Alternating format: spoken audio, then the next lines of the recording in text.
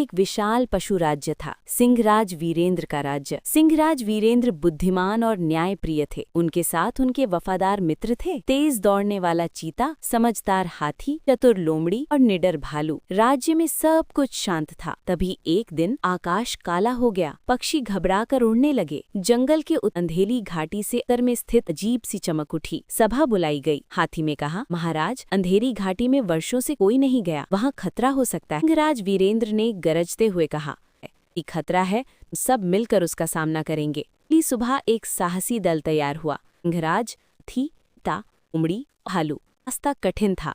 कांटेदार पेड़, दली जमीन, रहस्यमयी आवाजें उनका हौसला तोड़ने की कोशिश कर रही थीं। चलते वे गहरी खाई के सामने पहुंचे। चीता छलांग लगाकर पार चला गया। लोमड़ी फंस गई। हाथी ने अपनी सूंड बढ़ाकर उसे बचा लिया। ने समझा, चीता में ही शक्ति है।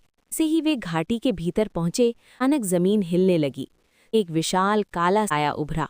दुष्ट भेड़िया था, जो को छाया राज कहता था। राज बोला, जंगल अब मेरा है, मैं घेरा फैलाऊंगा और इसको अपने अधीन कर लूंगा। दहाड़ते हुए हमला किया। छाया राज तेज था, बिजली की तरह दौड़ा और उसका ध्यान भटकाया। ने चालाकी से एक योजना बनाई, रोशनी की ओर खींचना होगा। आज वीरेंद्र ने ऊंची चट्टान पर चढ़कर सूर्य की ओर गर्जना लगाई। गर्जना से बादल छटने लगे और उसकी किरणें घाटी में फैल गईं। प्रकाश पड़ा, छाया कमजोर पड़ने लगा।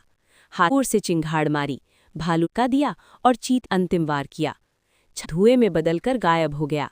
अंधेरा नहीं था, वहां हुआ एक सुंदर जल स्रोत दिखाई दिया, जो जंगल को जीवन दे सकता था। वीरेंद्र मुस्कुराए। सचकत सिर्फ बल में नहीं, बल्कि एकता और बुद्धि में होती है। जब लौटे तो सभी वरों ने उनका स्वागत किया।